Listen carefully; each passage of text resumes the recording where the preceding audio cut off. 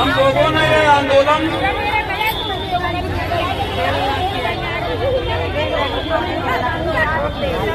15 दिसंबर को शुरू किया था।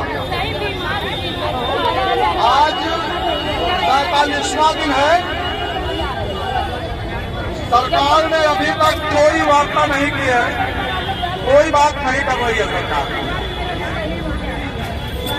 लेकिन पहले तो एक बात आप बताएं कि आज 30 जनवरी है और आज के दिन महात्मा गांधी की हत्या का भी दिन है।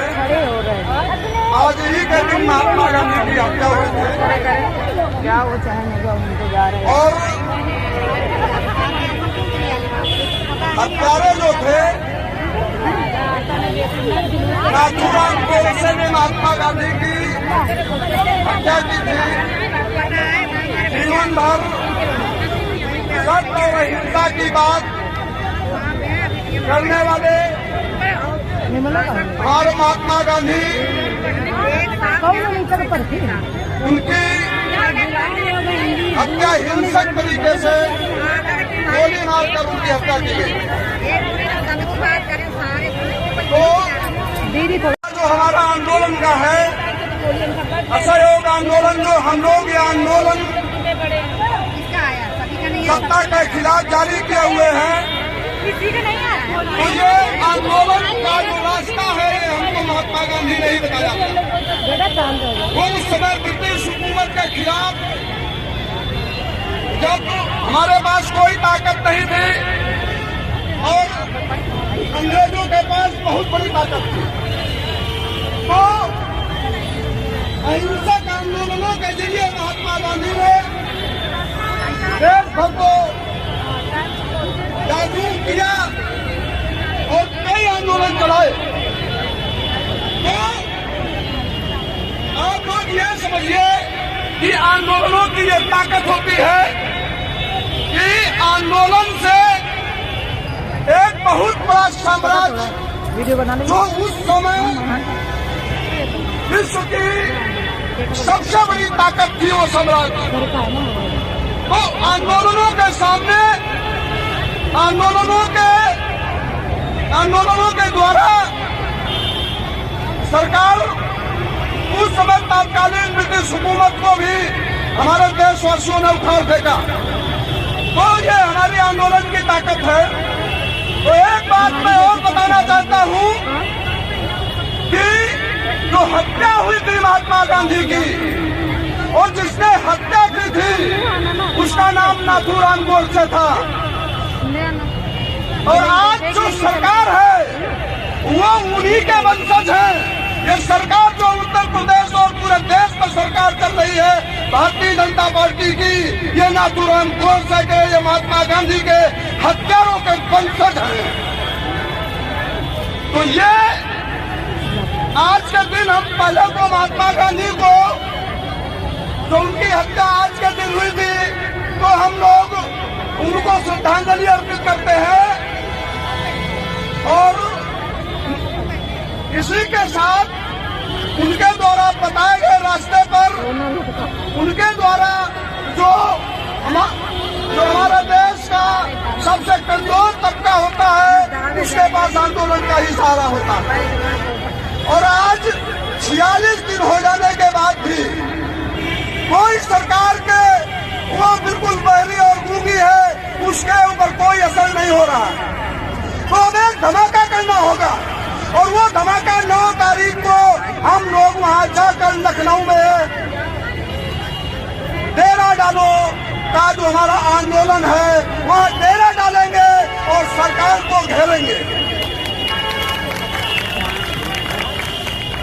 उसके लिए हमको और ताकत इकट्ठी करनी है। जो भी एक भी आखिरी वो सावरकर समाधि बाकी है उसको भी इस आंदोलन में खींच कर लाना है और उसको बताना है, समझाना है कि ये आखिरी लड़ाई है। ये लड़ाई जब एक आंदोलन मरता है, अगर हम ये लड़ाई हारते हैं ये लड़ाई कहीं से कमजोर हुई और हम लड़ाई को हारते हैं तो अगले 20 सालों तक कोई आंदोलन नहीं बनेगा। जब एक आंदोलन हम हारते हैं तो आगे 20 साल तक कोई आंदोलन फिर खड़ा नहीं होता है।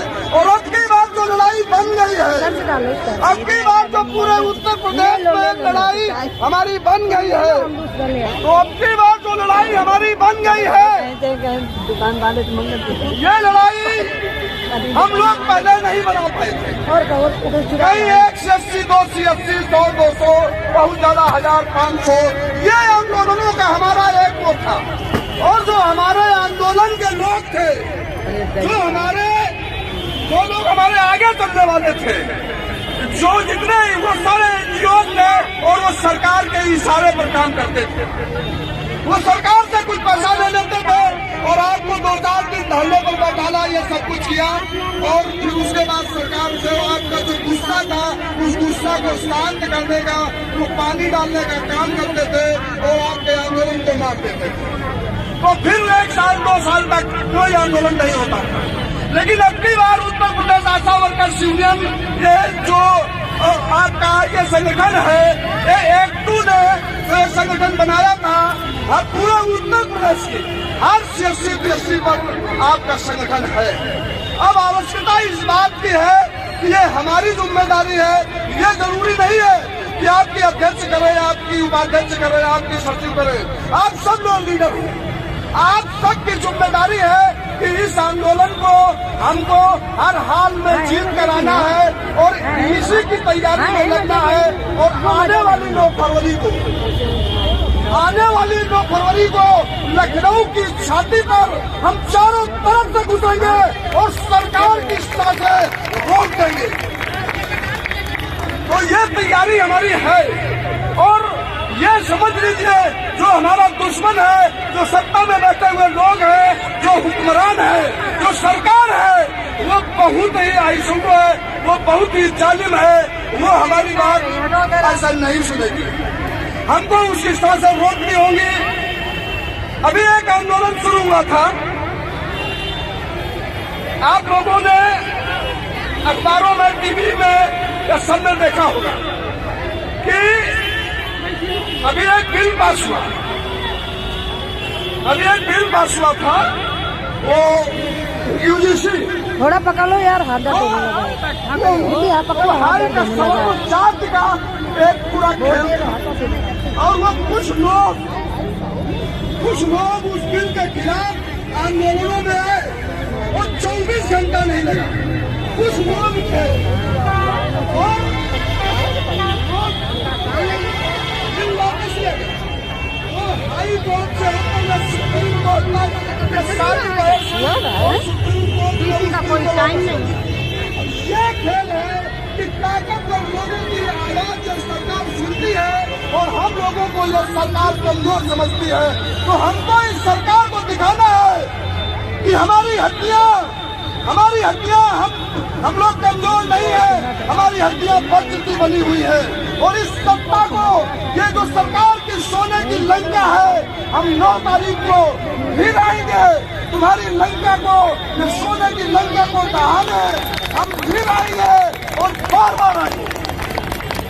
और इसी के साथ ये जो हमारी बहनें जो आसपास हैं, सारे लोग एक साथ इकट्ठा हो जाए और हम लोग तैयारी करते हैं।